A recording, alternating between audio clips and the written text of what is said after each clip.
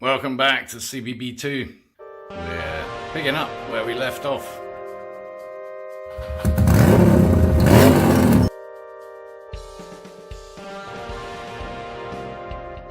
We're going to be sorting out the fuel situation, probably painting the rest of the motor, and yes, dealing with that.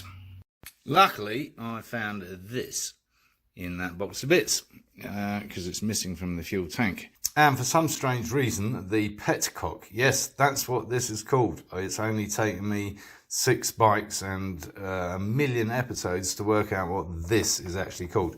But anyway, I digress. The petcock on this particular year and model of Honda is very expensive, comparatively. Yes, around the 3-figure mark.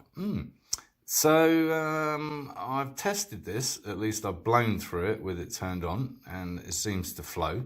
It looks in reasonable condition. Bit scummy up there, clean that up. So I think we'll use this, assuming it fits the tank. And the tank itself, as you are aware, is in question as to what the hell it comes off.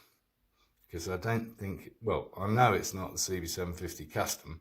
That said, it does fit this perfectly. That said, those could have been put on by the kid, because he was a bit of a dab hand at welding. He welded those on.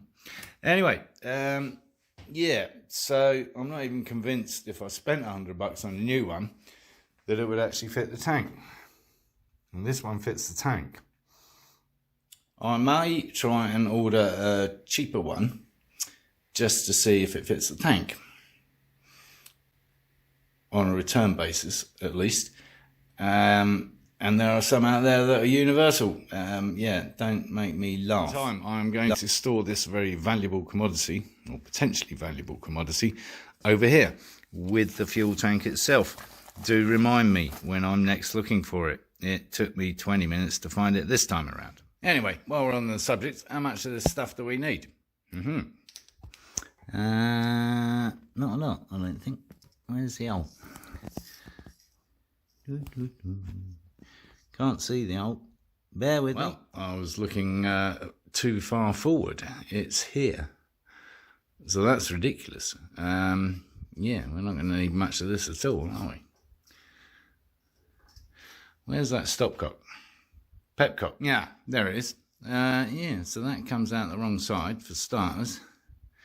I think we better check whether it does actually fit this tank. I assumed it did, because it's the only one I got. Well, I'm ready to test fit it, except I literally put it down 2 minutes ago, and I can't find the damn thing. Oh, there it is. There you go. Yes, that doesn't look standard either, does it? No, anyway. See what happens.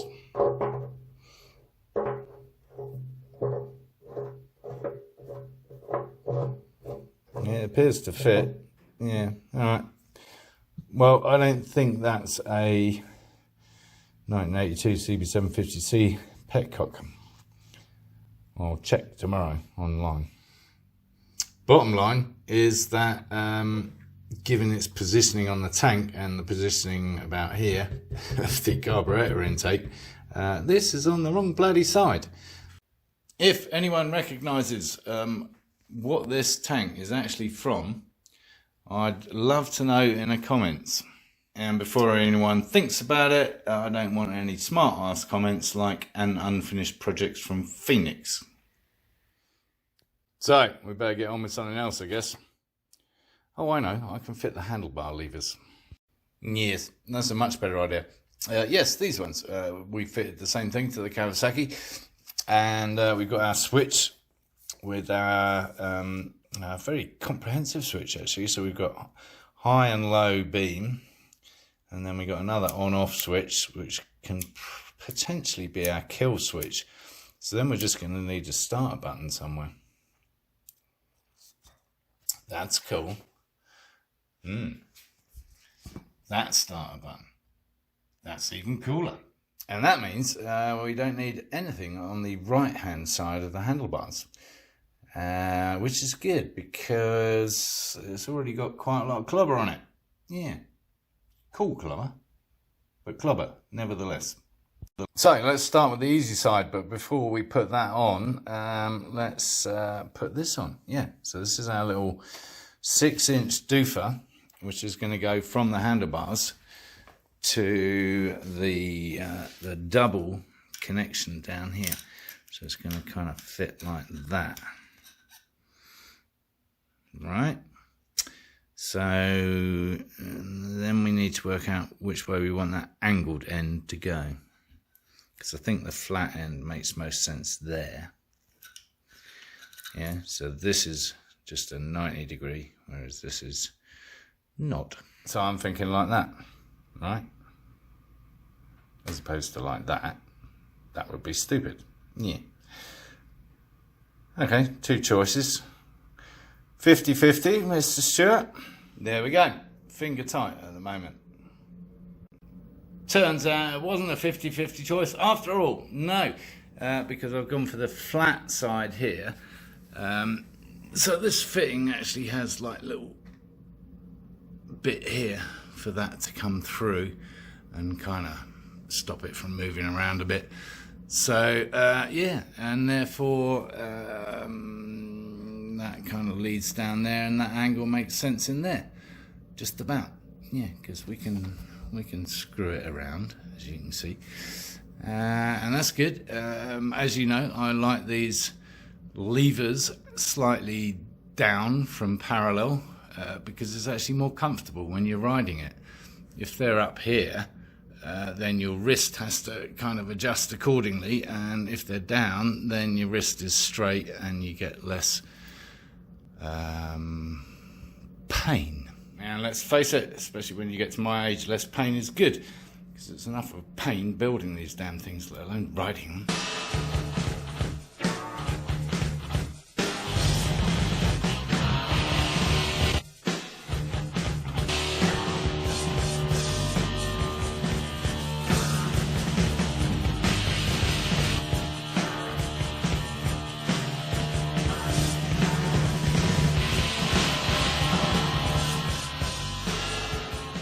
Well, I think that'll do for now. Obviously, we're going to adjust them once we get everything in place and sit on it and see what it feels like. And I may tilt those buttons down, honestly. I don't know, we'll see. At the moment, I've got them there so they don't interfere with the clutch sensor. If we're even going to connect that, probably not. But they're kind of a bit upright. They're a bit too much this way. I need to go that way. Probably. I don't know.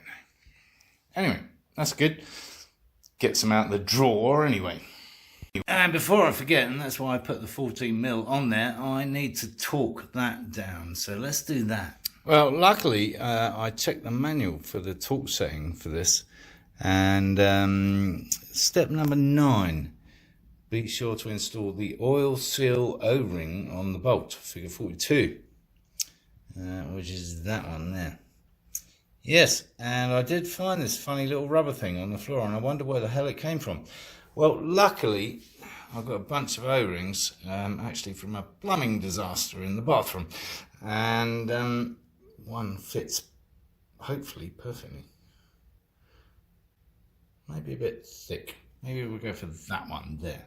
So that was lucky, avoiding another oil slick. Probably not again on the scale of BP, but possibly on a Triumph level. Okay, oil seal in place, ready to crank with the torque. Let's torque it up. Lucky I checked, nowhere close to the Yamaha R6, which was £60 foot-pounds. So yeah, 24 to 27 foot-pounds. Okay. I think that's pretty bloody tight on the petcock.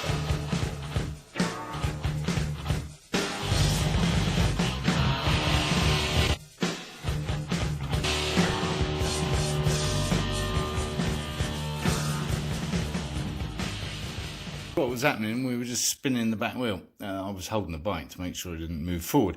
Anyway, this is our special tool, and it's designed to go in the teeth, and now we can't get to the teeth, so I'm not sure how it's going to help.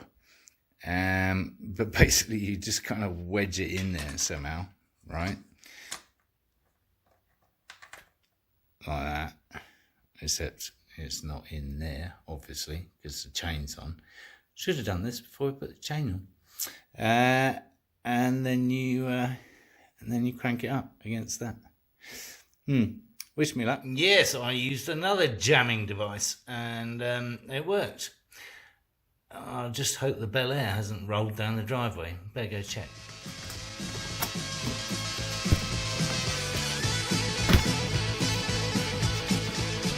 No, thankfully it's still here.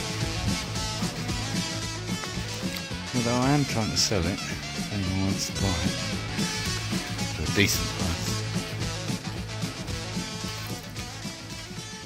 That's all that buttoned up nicely.